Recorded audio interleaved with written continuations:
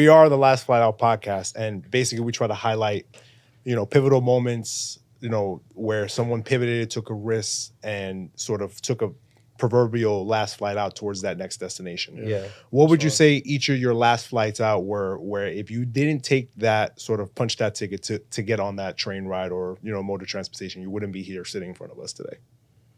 Yeah, I can go real quick. Yeah, Even me living out here in LA, it was something that in the pandemic, I was living in New York, and, things started getting weird. I went back to North Carolina for a couple weeks. And I just, when everybody was trying to save a couple dollars and stay with their parents and stuff, and I stayed there maybe for like 10 days at the most and was like, yo, I cannot live here. And this is not in Charlotte. This is not like in Raleigh. This is in Fayetteville, North Carolina. And I was like, nah. Going from New York to that? Yeah. So I hit him up, and he was just like, at the same time, it was just like how I was saying, everything aligning. He was like, the person that he had a roommate at the time. He was like, he's moving out, and I'm about to keep the crib to myself. Got an extra room. There's no furniture in there.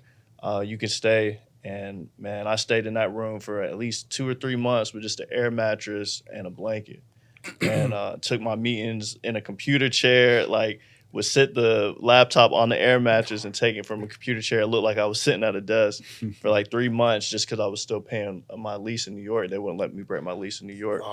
And when I got the moment to, once that lease was up, I moved straight to LA, like officially. And and never looked back. So I think that was one of the moments that if I would have hesitated, or even now I work fully remote technically with Google.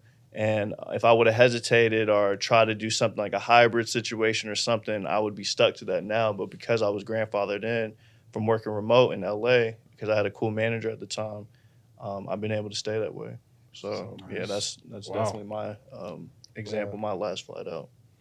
All right, my last flight out, man, I feel like it's something I'm practicing in my everyday life, which is I'm just running toward that feeling of like uncertainty and the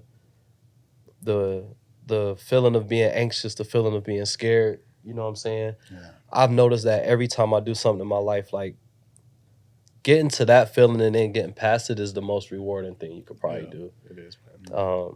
And as a result of that, it'll help your life. You know what I'm saying? So I'm just doing things that make me excited. I'm doing things that make the people around me excited. I'm doing things that make me a little scared, that make me a little nervous. If I could point to one moment, I